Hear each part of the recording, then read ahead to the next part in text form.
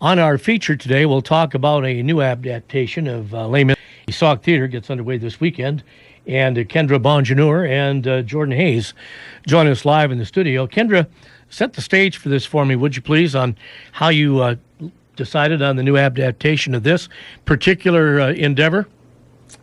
Well, I think Les Mis has always been in the forefront of the Sauk's mind to do something quite big and theatrical on a grand scale. And I think the rights came about to purchase it, and we had just enough great and wonderful talent to be able to pool that and do a community theater rendition of it. So we're putting like about 49 people on stage. Hi. Yeah. That's a bunch at once. Yes, they're all talented. All can read music, and all can harmonize. I mean, so you have a large pool of talent. And come areas such as Lansing, we have one from Lansing area, Quincy areas, all different counties. So it's wonderful. You know, it's amazing how far people come to be involved in theatrical productions at the Sauk. You'd think that some other areas have facilities like that, but maybe not very many with that type of facility. You know, Hillsdale County has a great gem of community theater, and I can say that because I have relatives all over the state, and particularly in the Grand Rapids area, and they will travel down to Hillsdale to come see our theater because they say there's really nothing like it in terms of quality. So we really do have a gem in community theater. It's been retrofitted to be more user-friendly, and at this time of the year, if we're talking about temperatures in the 70s and 80s, it's air conditioned too, so that's nice. Oh yes, you're going to be comfortable in there, and the theater itself is such an intimate setting. You will really be drawn in to the show and to the production as if you were on the streets of France, in Paris, France in 1814. So you're going to feel like you are actually, in comparison to a place like the Wharton Center where you're going to feel like you're miles away. So you're going to feel this connection to the characters and to the music in ways that you might not get in a paid production. And might I say that to go see Les Mis right now, it's on Broadway, and you're going to pay upwards to the $75 to $150 a ticket. So you're going to get a great deal to come see Les Mis at the Sauk. I would think Paris in 1814 was much different than America. Oh, yes, it was. I was just there last summer. So, yes, it's greatly different. I mean, you have the streets were full of disease and the poor and extreme cases of just implorable conditions, and a great gap between the upper class and the lower class. So you have all that conflict there that gets sung out. Well, that part of it is somewhat relevant, I would think. Sure. The gap between the upper and the lower class. Absolutely. Since the middle class is disappearing. Absolutely. You know, and it's just funny. I had hurt my eye about a week ago, and my eye was really swollen, and my eye doctor was like, I'm sorry, I can't get it less swollen. And I said, that's okay. It's 1814. I doubt that they had any type of health care. You know, it's all fine and dandy. Amazing how you can adapt and relate. That's true. Yeah. Jordan, tell me a little bit about your part in Les Mis. I play the role of Marius in Les Mis. He is one of the high school or college-age students who are unhappy with their government and decide to build barricades in the streets and start a rebellion.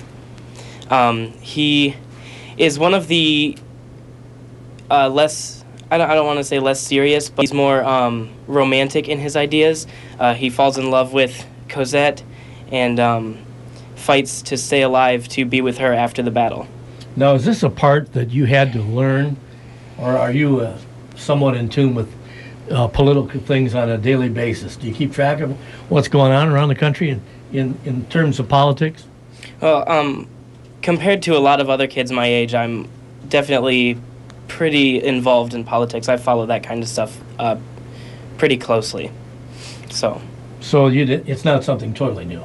No, not entirely. You kind of know how it works, and yeah. Maybe sometimes how it doesn't work. Yeah, I mean, I wouldn't ever think of starting a revolution against my government, but, I can at least follow that kind of stuff. Let's talk a little bit about when you started getting, obviously, if you're going to have 49 people on stage at any one time, this is not something you just throw together at the last minute.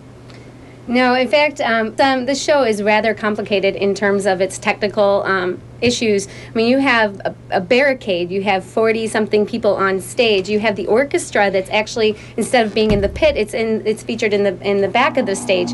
There's very few places to move, and so every moment is somewhat choreographed, not in terms of dance, but choreographed of where you're going to be and light cues. I mean, it's a highly technical show. What about the music and the performance? If you've seen, I saw Les Mis, I'm dating myself, when I was a sophomore in high school, when it first was 2 or 3 days out. ago. Oh, sure, absolutely. And once you get it in your head, I don't think you can get it out. And it's such an impassioned, there's so much passion behind the music. And the whole thing is sung. So it's somewhat of an operetta, but it has tunes that you will walk away hearing in your head and singing, and the words ring true to current lifestyles of today and the issues of today. So it's not something that just you can't relate to. It will literally penetrate your thoughts and can stay with you. It's relatable music, and it's beautiful. So the audience has a direct connection between what's happening with the music and what's happening on stage at the same time. Absolutely. And with the whole thing being sung, a lot of people kind of find that might be intimidating to some people, but if we pull it off right and we give our delivery spot on, eventually the audience won't even realize that they're still singing, and it'll just be because they'll have that connection so well, and the delivery will be so precise. Now, will that be a Thursday, Friday, Saturday, Sunday type of thing for 2 weeks? Actually, yes. Actually, the first Thursday is a preview night. It's sort of like what I call it to my friends, my glorified dress rehearsal. We're still working out the kinks in things, the transitions. I mean, it is a huge production. It's one of the largest productions we've ever done at the Sauk. So that night is a good way to gauge how our audience is feeling about the show, what plays well on stage. And that's a reduced half-cost ticket, so that's a good time. They're only available at the box office that night. And then we run the show Friday, Saturday, with a matinee on Sunday. And then the following weekend, we do Thursday, Friday, Saturday evening shows, and then there's a Sunday matinee, but I believe it's already sold out, folks. And then that's a tough problem to have there. Yeah. And then because it's such a popular show and there's been such a wonderful response in tickets, then we've extended for a third weekend on a Friday, Saturday, and Sunday. Yes, I mean, there's just been an overwhelming response, and we want as many people to see it as possible. So in terms of delaying for your tickets, I would not delay. I would use our website or call the box office. Don't just reserve to actually purchase and pick up your tickets. It will be a lot safer for you to see it that way than to wait and see, can I get a ticket? Yeah, that's to try to do it without that is kind of a like flipping a coin. I mean, you might get there and there might be a couple seats. You might get there and there might not. And if lines are long, and typically they are long for these large productions, we need to start, because the show is so long, we need to start at 8 o'clock. Absolutely. So they're going to, at 7:45, start just giving the tickets as far as first come, first serve in terms of purchasing. So my recommendation is get your tickets ahead of time. Don't be a last minute Lucy, which typically happens in Hillsdale County. Like, oh, I forgot I got to go see that. And you only have 3 shows that final weekend. Well, they can call the box office now, and you can do that with the card if you like, because before you could pick up tickets. Right. But now you can get it all taken care of ahead of time, so that should make things go a little quicker. And online to me is the best way to go, because then you can do it at any time for all you insomniacs out there that need something to do. Go buy your Sauk If they're doing that online, Sauk Theatre. .org. The Sauk. The Sauk.org. The Sauk.org. And to call the box office, the number is 517-849-9100. The box office is open 6 to 8 on Monday through Friday, and 10 to 2 on Saturdays, as well as 2 hours prior to every performance. Okay. That should pretty well get us ready to be a new adaptation on Les Mis. Don't call it Les Miserables. No.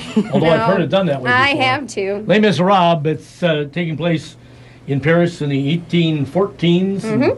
At the height of, at the end of the French Revolution, but it seems like the French always have to have a revolution somewhere.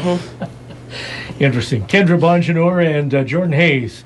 Our thanks to them for sharing that with us. And again, this week and next, and because they've had such a demand for tickets already, and they haven't even done their Thursday night show yet, they're going to add a third week of performances as well. So that'll give everybody more than ample time to, even though they have a schedule, to find a day or a night that works out for them.